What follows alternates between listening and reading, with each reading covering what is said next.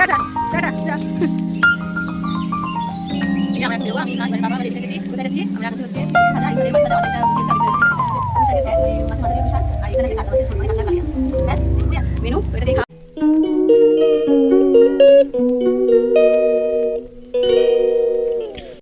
Hello everyone, good morning, welcome back to my channel. কেমন আছো তোমরা? আশা করি ভালো আছো। আমি মন চলে এসেছি একটা নতুন ব্লগ নিয়ে। আই হোপ আজকের ব্লগটা তোমাদের ভালো লাগবে। এখন বাজে সকাল 9:30। তো আমি উঠেছি অনেক আগে, ইভানের পাপা তারও আগে উঠে চলে গেছে ক্লাস নিতে। তো তারপরে এই যে ইভান উঠলো, উঠে বললো যে আমার ঠাকুরের ছবিগুলো দাও, আমি একটু দেখবো। তো আমি দিলাম, দেখার পর দেখে শুনে আমি ভাবলাম যে ওর জন্য একটু ভাত নিয়ে আসি। ও সকালবেলা ভাত চাই, খাক, উচ্ছে ভাজা পছন্দ করে, কিন্তু সকালে বাউলি সুজি দিয়েছিলাম, কোনোটাই খায়নি। দেন একটা মাছ ভাজা নিয়ে বেছে মাকে বললাম, মা ওকে একটু খাইয়ে দাও তো। তো ও খায়নি, ওর ঠাকুমা গোলা গোলা করে রেখে দিয়েছিল, আর ও কী করেছে, সেই মাছের মধ্যে জল ঢেলে দিয়েছে। এত দুষ্টুমি করে, আমি বারণ করার সত্ত্বেও আমাকে দেখো মারতে আসে, যা যা যা চলে যা, এরকম কথা বলে। আমি ভীষণ রাগ করেছি ওর ওপর, আর কথা একদমই শোনে না। খাওয়া দাওয়ার তো কোনো নাম নেই।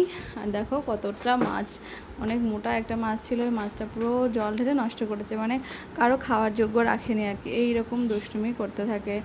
তো কি করব, মাছটা তো যেহেতু ফেলে দিতেই হবে, খাওয়ার মতো নেই, জল ঢেলে কি আর খাওয়া যায় স্যুপ মতো করে। আর এদিকে আমি রান্না করছিলাম, দেখিনি ওই কাণ্ডটা ঘটিয়ে বসেছে। আর প্রায় সব রান্না হয়ে গেছে, মাছের ঝোলটা হলেই হয়ে যাবে। তারপরে আমি আর ইভান যাবো স্নান করতে। ইভানের পাপা বললো আজকে তাড়াতাড়ি আসবে, দুপুরবেলা এসে খাওয়া দাওয়া করবে। তো ভাবলাম একসাথেই খাওয়া দাওয়া করবো, আর আমরা বিকালবেলা চলে যাব। তো সেই জন্য ওকে বলেছি একটু তুমি তাড়াতাড়ি এসো, নাহলে আমরা আবার একসাথে খাওয়া হবে না, আবার দেরি হয়ে যাবে। বেলা করে খেলে আবার ঘুমাতে ইচ্ছা করবে একটু, আর ইভানও ঘুমিয়ে পড়বে, উঠবে না, সেই জন্যই আর কি। দেখো আজকে হালকা করে মাছের ঝোল করলাম, কোনো মানে বেশি মশলা ছাড়া আর কি, হালকা মশলা দিয়ে গরমের মধ্যে এটা রান্না করলাম। আর হচ্ছে কাতলা মাছ দিয়ে পুঁই শাকের তরকারি, মাছের মাথা দিয়ে যেটা করে আর কি।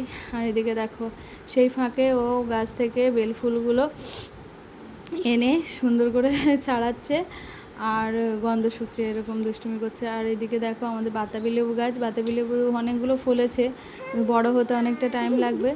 আগে অনেকগুলো বাতাবি লেবু গাছ ছিল জানো তো, তো সেগুলো কেটে দেওয়া হয়েছে, দোকান করা হয়েছে এই জন্য। কিন্তু ওই লেবুগুলো আরও ভালো ছিল এর থেকে বেশি। আর এখন আমার রান্নাবান্না কমপ্লিট হয়ে গেছে, এবার যাচ্ছি ওপরের দিকে। আর ও বললো আমি হেঁটে হেঁটেই যাব। আর গ্লাসের মধ্যে গ্লুকন্ডি গুলেছে, বড়দের খাবার খেতে এত পছন্দ করে, দুধের বদলে চা খাবে। আর এখন দেখো গ্লুকন্ডি দেখেছে ফ্রিজের মধ্যে, গ্লুকন্ডি খাবে। তো স্বাভাবিক, এত চিৎকার করছে তো দিতেই হয়, জেদ প্রচণ্ড। তো দিলাম, দেওয়ার পরে ও হেঁটে হেঁটে যাবে। এই পর্যন্ত এসে বলছে আর যেতে পারছে না। তারপর কোনো রকম ওকে স্নানটা করালাম, করে আমি করলাম, করার পরে দেন ওয়েট করছি ইভানের পাপা কখন আসবে। এবারে আমরা খেতে বসবো, চলে এসে ও স্নান করতে গেছে, আসলেই আমরা খাওয়া দাওয়া করবো। তো চলো আজকের মেনুতে কী কী আছে দেখে দিই। এই যে ভাত, আলু সিদ্ধ, মাছ ভাজা, উচ্ছে ভাজা, কাতলা মাছ, আর হচ্ছে পুঁই শাকের তরকারি। ব্যাস আজকে খুব একটা বেশি কিছু না, জাস্ট 3 পদ দিয়েই আমাদের হয়ে যাবে, কারণ গরমের মধ্যে রান্নাও করতে ভালো লাগছে না, আর গরমে খেতেও অতটা ভালো লাগে না। একটু টক ডাল হলে ভালো লাগে, কিন্তু টক ডাল কালকে রাতে মা করেছিল, কিন্তু টক ডালটা রয়েছে, সেই জন্য আর রান্না করি না। আমরা আর আজকে আর টক ডাল খাবো না, সেই জন্য আর টক ডাল আনিনি আর কি। আর চাটনি হলে ভালো হতো, কিন্তু ইভান তখন দুষ্টুমি করছে আর চাটনি বানায়নি। দেন চলে এসেছে, ওই দেখো মাছটা দেখো, অর্ধেকটা মাছ তখন ফেলে দিতে হয়েছে, আর অর্ধেকটা মাছ আছে, দেখি খায় না কি করে এখন বসে বসে। তো এদিক ওদিক করে দুষ্টুমি করছে, খাওয়ার নামে কোনো খোঁজ নেই।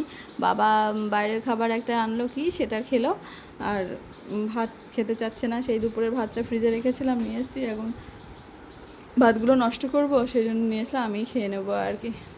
তো চলো খাওয়া দাওয়া করে নিই। এই যে আলু সিদ্ধ ছিল, আলু সিদ্ধ দিয়ে ঘি দিয়ে কি সুন্দর করে ওর ভাতটা মেখেছিলাম জানো তো। অল্প কটা ভাত খেলেও তো পেটটা ভরে, ওর একদমই খিদে নেই। এর জন্য আমার যে কী চিন্তা হয়, কি করব কিছুই বুঝি না, কিছুই খেতে চায় না। আর কীরকমভাবে কী করব কিছুই বুঝতে পারি না। সব রকমভাবে করে দেখা হয়ে গেছে, কিন্তু কোনো রকমেই কাজ হয় না। কিন্তু কী করব, একটু বাচ্চারা খেলে তো একটু ভালো লাগে, শান্তি লাগে। কিচ্ছু খায় না, কিচ্ছু না। মানে ছোট থেকেই, এটা বড় হচ্ছে তা না, সে ছোটো থেকেই ওকে আমি কখনো জোর করে স্যারেলাক খাওয়াতে পারিনি, না কোনো দুধ খাওয়াতে পেরেছি, আর কিছুই না। আর চিৎকার, এদিকে পেটে খিদে থাকে, চিৎকার করে কিন্তু খাবো না, ঘুম পেলে ঘুমাবো না, মানে ঘুম প্রচণ্ড ঘুম পায় কিন্তু ঘুমাবে না, তাকিয়ে থাকবে জোর করে। এইগুলো ওর মানে কি বলবো, আর কিছু বলার নেই। তো এখন আমরা বেরোচ্ছি দুপুরে খাওয়া দাওয়া করে, এখন প্রায় 5:30 বাজে। ভাবলাম তাড়াতাড়ি যাই, আবার আগের দিনের মতো বৃষ্টি আসলে যেতে পারবো না, বেরিয়ে পড়ি। আর আমি দুপুরে খাওয়া দাওয়া করার পর সমস্তটা গুছিয়ে রেখেছিলাম, জামা কাপড়টা তেমন একটা কিছু নিইনি, সেদিন হঠাৎ করে চলে আসলাম সেই জন্য। আর ওখানে ইভানের পাপার অনলাইনে ক্লাস আছে, সেই জন্য আমাদের যেতে হবে। তো নিচে এখন এসেছি, আর ওর ইভান দুষ্টুমি করছে, তা ভাবলাম একটু বসি আর তারপরে না হয় যাই।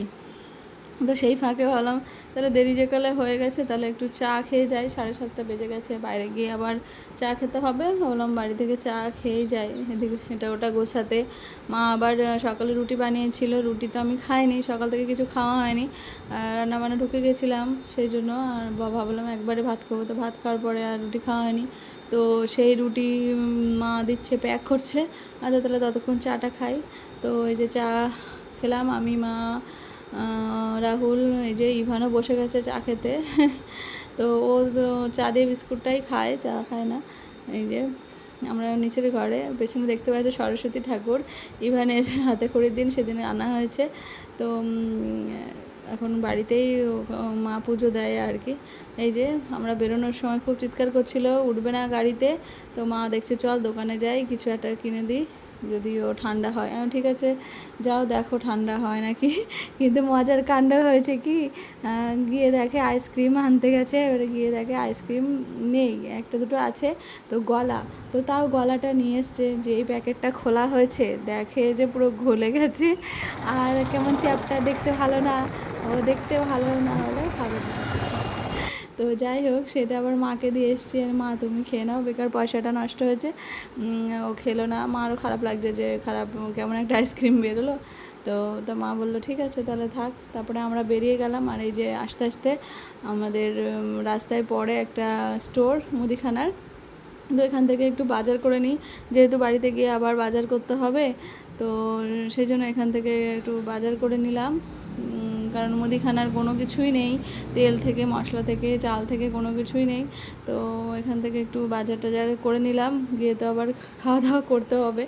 আর এই 3 দিন ধরে না বাজার করা হয়েছে, না খাওয়া দাওয়া হয়েছে, খুব মানে টেনশনে কাটছে আর কি দিন। তো ভাবলাম আজকে এখান থেকে বাজার করে নিই, মানে এখানে সমস্ত কিছু একসাথে পাওয়া যাবে, আর কোনটা ভুলে যাব তার নাই ঠিক। ও পাপাকে বললাম চলো এখান থেকে কোনো রকম একটু বাজার করে নিই, আবার পরে সবজি বাজারটা করব, মুদি বাজারটা এখান থেকে করে নিই। বললো ঠিক আছে চলো। তো আসলাম, বাজার করা হয়ে গেছে, এবার আমরা যাবো বাড়ির দিকে রওনা দেবো।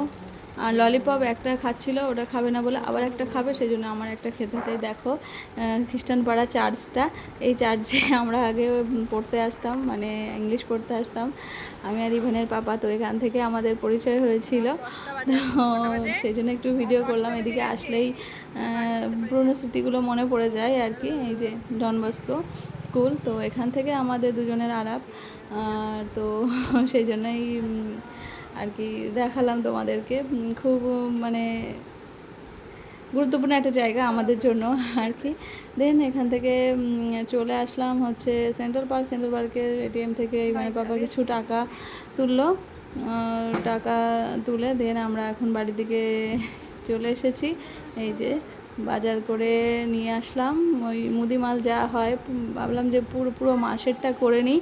চালটা কেনা হয়নি পুরো মাসের, কারণ চালটা ওখানে ভালো ছিল না। তো মশলাপাতি তেল যা হয়, আমার 1 লিটার তেল 1 মাস চলে যায়, বেশি লাগে না। তো 500 সাদা তেল, 1 লিটার সরষের তেল একবারে নিয়ে নিলাম। আর টুকিটাকি যা লাগে ইভানের খাবার, আমাদের খাবারে টুকটাক নিয়ে নিলাম, যতটুকু আর কি সামর্থ্যের মধ্যে আছে আর কি। যাই হোক, এই দেখো আমগুলো নিয়ে গেছিলাম শুকাবো বলে, তো রোদ না দিলে চাতকা পড়ে যাবে সেই জন্য। তো এই দেখো রুটি, সকালের রুটিটা ছিল, এই যে রুটি, আর এই যে তরকারি, আর হচ্ছে এই যে মাছ, মানে রাতে আমাদের থাকার কথা ছিল, মা ভেবেছে হয়তো আমরা থাকবো, কিন্তু চলে যাবো ভাবিনি, তো সেই জন্য খাবার সবগুলো প্যাক করে দিয়ে দিয়েছে আর কি। যাই হোক, এটাই আমাদের রাতে ডিনার হয়ে যাবে, আর রান্না করতে হবে না। তো চলো খাওয়া দাওয়া করে নিই। এখন বাজে প্রায় 10:30, আর সন্ধ্যাবেলা চা বিস্কুট খেয়েছি, এতটা খিদে পায়নি। আর এই ভাত কটা আমি খেয়ে নেবো। আর ইভানের পাপা যে রুটি দিয়ে তরকারি, ও পুঁইশাকের তরকারি প্রচণ্ড ভালোবাসে, আর মাও খুব ভালোবাসে। তো ওইটা ও পুঁইশাকটা দেখেই একটু রুটি খাচ্ছে, ও বলছিল আমি ভাত খাবো না। আমি বললাম না, ভাতও খাও রুটিও খাও, সব মিলিয়ে খাও, আমিও তাই খাই।